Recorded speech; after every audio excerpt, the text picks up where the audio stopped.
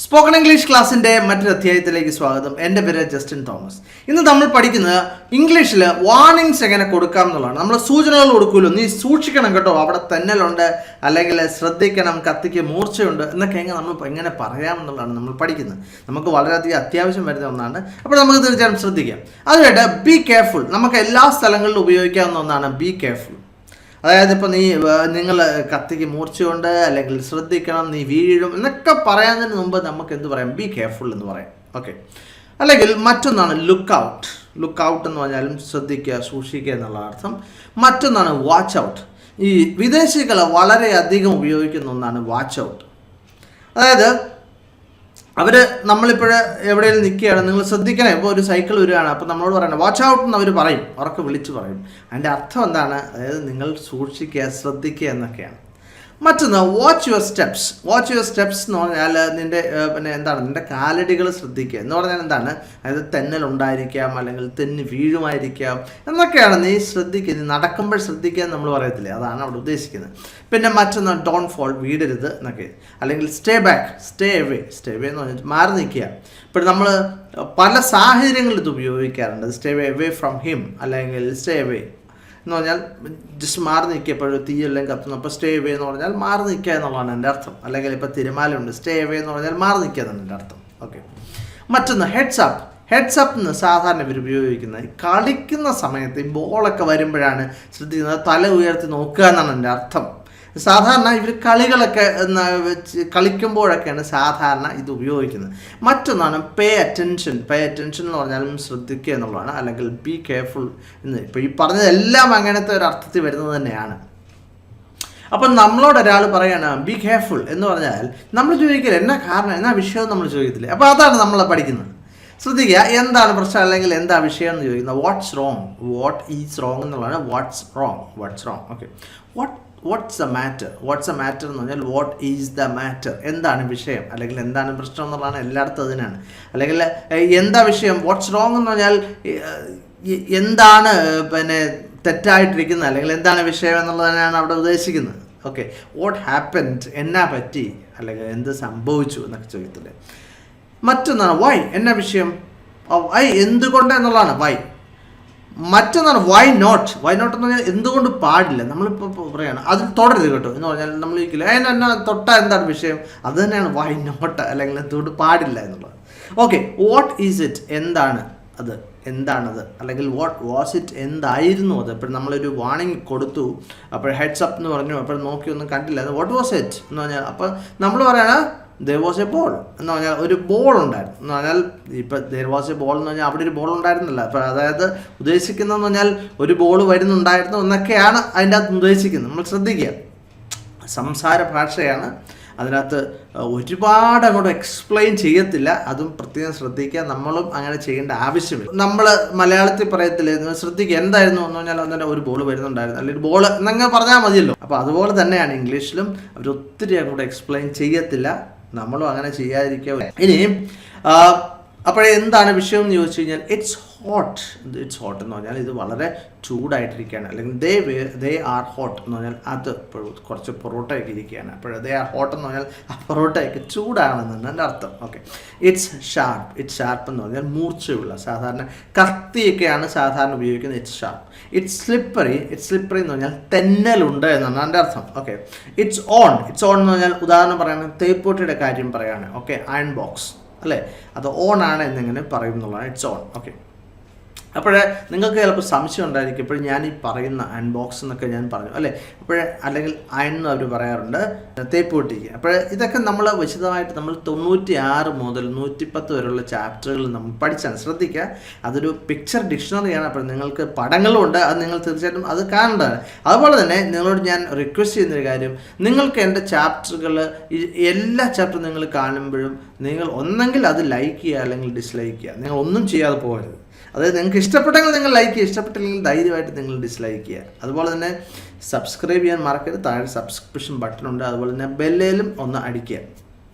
മറ്റൊന്ന് it's it's tight എന്ന് പറഞ്ഞാൽ നല്ല മുറുകയാണ് ഇരിക്കുന്നത്. അപ്പോൾ ചിലപ്പം സാധാരണ എന്തെങ്കിലുമൊക്കെ പിന്നെ വള്ളിയോ അങ്ങനത്തെയൊക്കെ ഭയങ്കര ടൈറ്റായിട്ടിരിക്കുകയാണ്, ബി കെയർഫുൾ. അപ്പോൾ ശ്രദ്ധിക്കുക, അത് ഭയങ്കര ടൈറ്റാണ് എന്നാണ് ഉദ്ദേശിക്കുന്നത്. ഓക്കെ, ഇറ്റ്സ് ഹെവി എന്ന് പറഞ്ഞാൽ ഭയങ്കര പിന്നെ വെയിറ്റ് ഉള്ളതാണ്, ഭാരമുള്ളതാണ്. അപ്പോൾ അവിടെ നമുക്ക് ഉപയോഗിക്കുന്നത് ബി കെയർഫുൾ അല്ലേ. ബി കെയർഫുൾ എല്ലാ സ്ഥലത്തും ഉപയോഗിക്കാവുന്നതാണ്. അതല്ലെന്നുണ്ടെങ്കിൽ നമ്മൾ പറഞ്ഞ വാച്ച് ഔട്ട്, ലുക്ക് ഔട്ട് എന്നൊക്കെ ഉള്ളത് നമുക്ക് ഉപയോഗിക്കാവുന്നതാണ്. ഇനി ഇപ്പോഴും ഒരാൾ നമുക്ക് വാണിംഗ് തന്നു, അപ്പോൾ നമുക്ക് എന്ത് പറയാം? താങ്ക് യു എന്ന് പറയാം, അല്ലെങ്കിൽ താങ്ക്സ് ഡിയർ. നമ്മളുമായിട്ട് അടുത്ത ഒരാളാണ്, നമുക്ക് താങ്ക്സ് ഡിയർ എന്ന് പറയാം അല്ലേ. അല്ലെങ്കിൽ ഇങ്ങനെ പറയുന്നതാണ്, അവർ വിദേശികൾ പറയാം യു സേവ്ഡ് മൈ ലൈഫ് എന്ന് പറഞ്ഞാൽ സത്യത്തിൽ നിങ്ങളെ വണ്ടി ഇടിക്കാൻ വേണ്ടി വന്നപ്പോൾ അദ്ദേഹം പിടിച്ചു മാറ്റിയതിന് വേണ്ടിയൊന്നും അല്ല.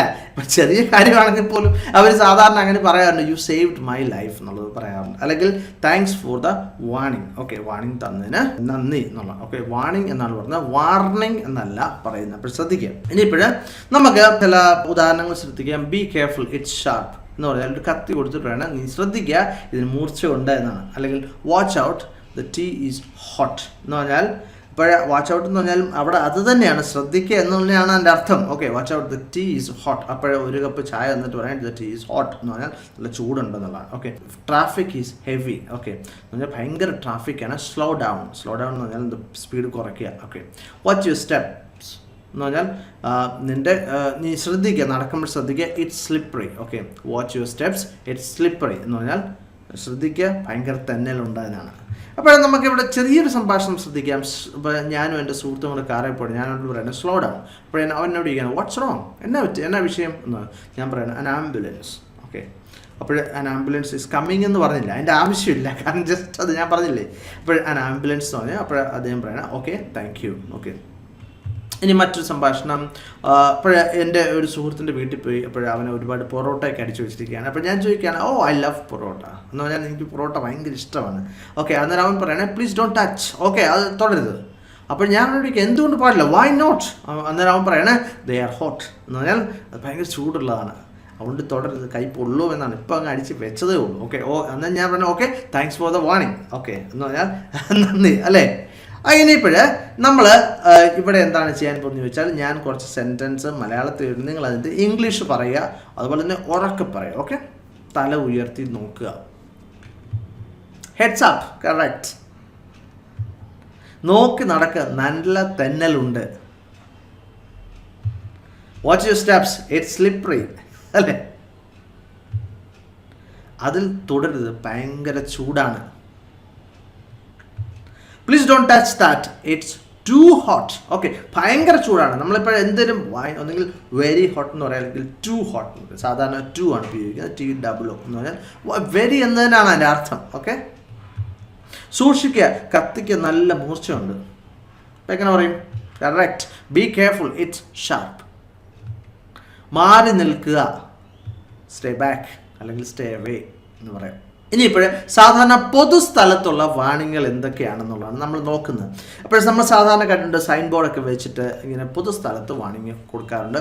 നോ സൈക്ലിംഗ് എന്ന് പറഞ്ഞാൽ ഇവിടെ സൈക്ലിംഗ് പാടില്ല എന്നാണ് എൻ്റെ അർത്ഥം. അപ്പോൾ ശ്രദ്ധിക്കുക, ഇവിടെ ടെൻസ് ഒന്നും നിങ്ങൾ നോക്കേണ്ട ആവശ്യമില്ല, കാരണം അങ്ങനത്തെ വാണിങ്ങളൊക്കെ കൊടുക്കുന്ന സ്ഥലത്ത് പ്രത്യേകിച്ച് അങ്ങനെ ടെൻസ് ഒന്നും കൃത്യമായിട്ട് ഫോളോ ചെയ്യാറില്ല, ഗ്രാമർ ഒന്നും കൃത്യമായിട്ട് ഫോളോ ചെയ്യാറില്ല. നോ സൈക്ലിംഗ്, അത്രേ ഉള്ളൂ. Okay, no climbing on the rocks എന്ന് പറഞ്ഞാൽ എന്താണ്, പാറയുടെ മുകളിൽ വലിഞ്ഞു കയറില്ല. ഉദാഹരണം പറയുകയാണെങ്കിൽ, കാരണം എന്താണ്, അത് ചിലപ്പോൾ തെന്നൽ ഉണ്ടായിരിക്കാം, അല്ലെങ്കിൽ ആ നിയമത്തിന് വിരുദ്ധമായിരിക്കാം, എന്താണല്ലോ ആയിക്കോട്ടെ. സാധാരണ ബീച്ചിലൊക്കെ പാറകളുണ്ടെങ്കിൽ അവിടെ എഴുതി വെക്കാറുണ്ട് no climbing on the rocks.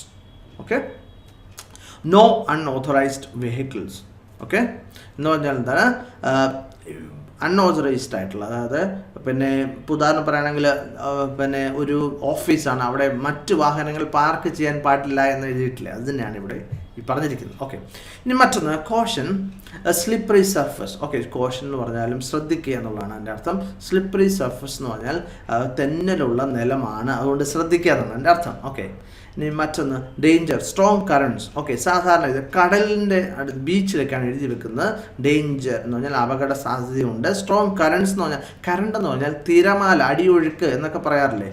അപ്പോൾ സാധാരണ അടിയൊഴുക്കിനാണ് അത് പറയുന്നത്. Okay, strong currents. അപ്പോൾ ശ്രദ്ധിക്കുക, നമുക്ക് കണ്ടാലൊന്നും തോന്നത്തില്ല, പക്ഷേ നല്ല അടിയൊഴുക്ക് കാണും, അപ്പോഴതാണ് ഉള്ളത്. അല്ലെങ്കിൽ തിരമാലയ്ക്കും പറയാവുന്നതാണ്. ഓക്കെ, ഇനി മറ്റൊന്നാണ് കോഷൻ വെറ്റ് ഫ്ലോർ. ഈ സാധാരണ ഇത് നമ്മളിപ്പോൾ വലിയ സൂപ്പർ മാർക്കറ്റുകളിലൊക്കെ അവിടെ ക്ലീൻ ചെയ്യുമ്പോൾ അവർ ബോർഡ് വെക്കാറുണ്ട് caution wet floor. Wet floor എന്ന് പറഞ്ഞാൽ നനഞ്ഞ നിലമാണ് എന്ന് പറഞ്ഞാൽ തെന്നാനുള്ള ചാൻസ് ഉണ്ട് എന്നുള്ളതാണ്. അപ്പോൾ സാധാരണ ഒരു ബോർഡ് വെച്ചിട്ടാണല്ലോ, ഒരു മഞ്ഞ ബോർഡ് വെച്ചിട്ടാണ് സാധാരണ അത് ചെയ്യാറുള്ളത്.